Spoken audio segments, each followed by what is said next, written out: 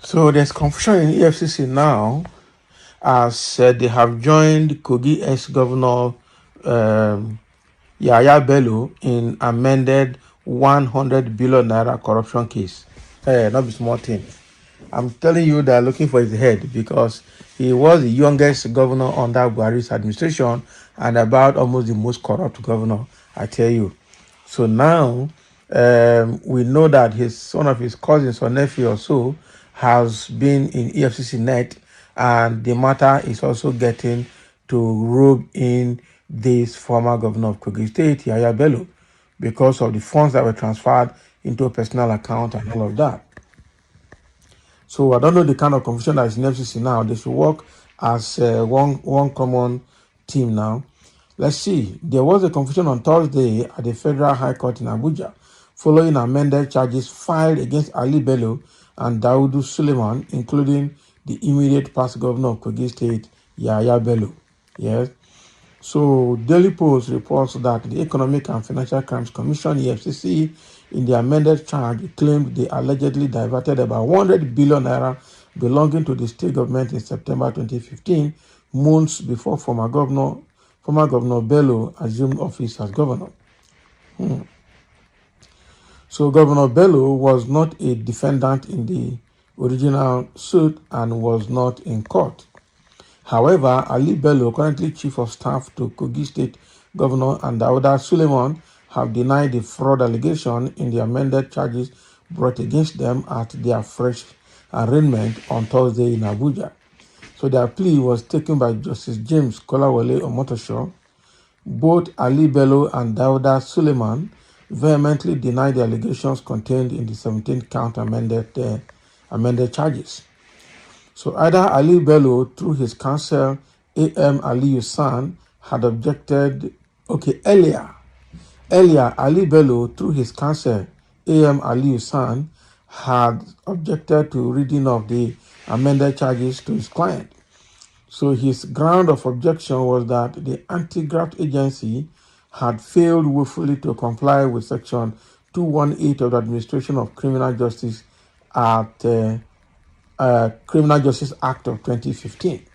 So the senior lawyer submitted that a copy of the amended charges was not served on them as required by the provisions of the ACJA Act.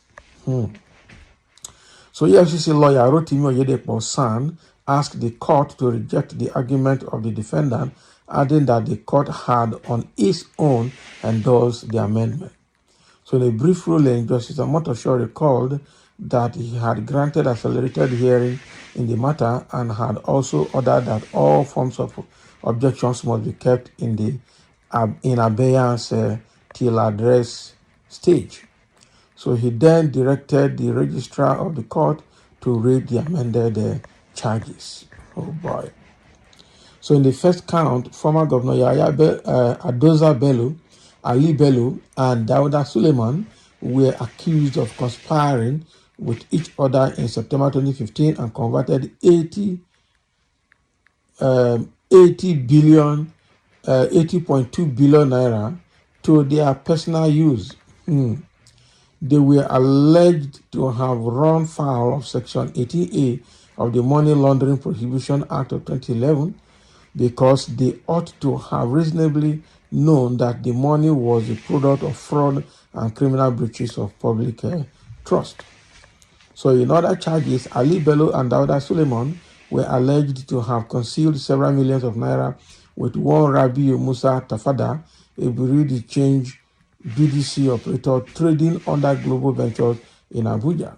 So Ali Bello's counsel, Ali San, at this point applied that one of the EFCC witnesses, Edward Fanada, he recalled for fresh cross-examination in view of the contents of the amended charges.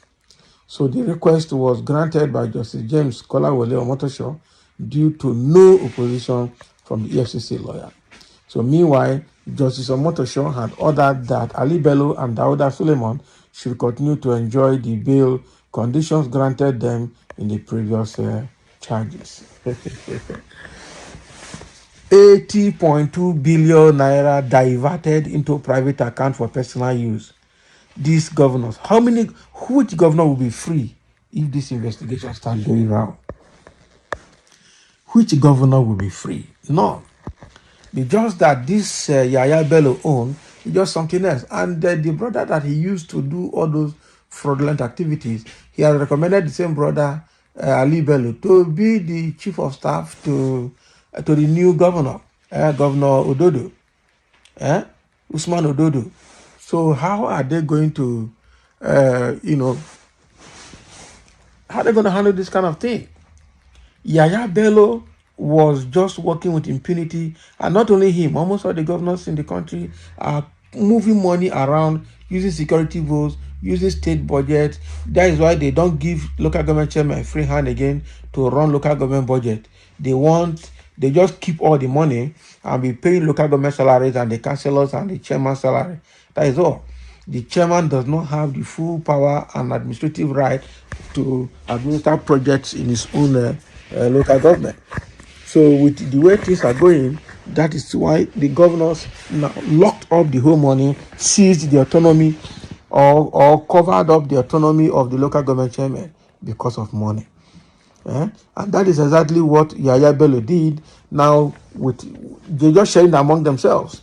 How can you now be using your own brother to run show, or your cousin, whatever, they're using the same surname, Yahaya Bello and Ali Bello? So they're from the same family. Now, the same person is the chief of staff to the sitting governor. So how will that EFCC matter go? This is how bad it is. EFCC success rate in investigation is near zero, because almost all the cases they have involves high-powered politicians directly or indirectly. And so when they are ready to act, before you know it, there's a political influence from the back end, and then they drop their sword. This is a very serious situation, I must tell you the truth. Oh, wow. All right. There are a few comments here. Someone said, nothing like confusion. He is an ordinary citizen now. He should face his misfeed. Yes. APC and corruption are 5 and 6. Of course, they will find a way. After all, the Yahaya Bello is the favorite of Buhari and his wife. And the same APC government. After all, it's not the same APC they use in rigging the election to put Usman Ododo, who is now the governor of the state that took over from Yahaya Bello. The same thing they did with, what is his name? Hope Uzodinma did in Imo State during the governorship by-elections. It's a very bad one. As long as APC is in government, nothing will come out of this. The same thing that is happening to Beta Edu, the former minister of humanitarian affairs. Okay, all of them are just thieves at different levels. This is bad. As always, a point of correction, as of September 2015, Yahaya Bello was already governor of Kogi State. Okay, see, all of them are big thieves, not be lie. They can check and amend the date. These guys are criminals of the highest order, I must tell you the truth. How can you run a system like this? So that is what is happening now. So Yahaya Bello is going to face the EFCC record now. He's going to go and answer for himself. And people are saying he should actually be arrested because he did a lot of things went under the carpet or under the bridge when he was the governor of Kogi State. So thank you for listening, and let's have a comment.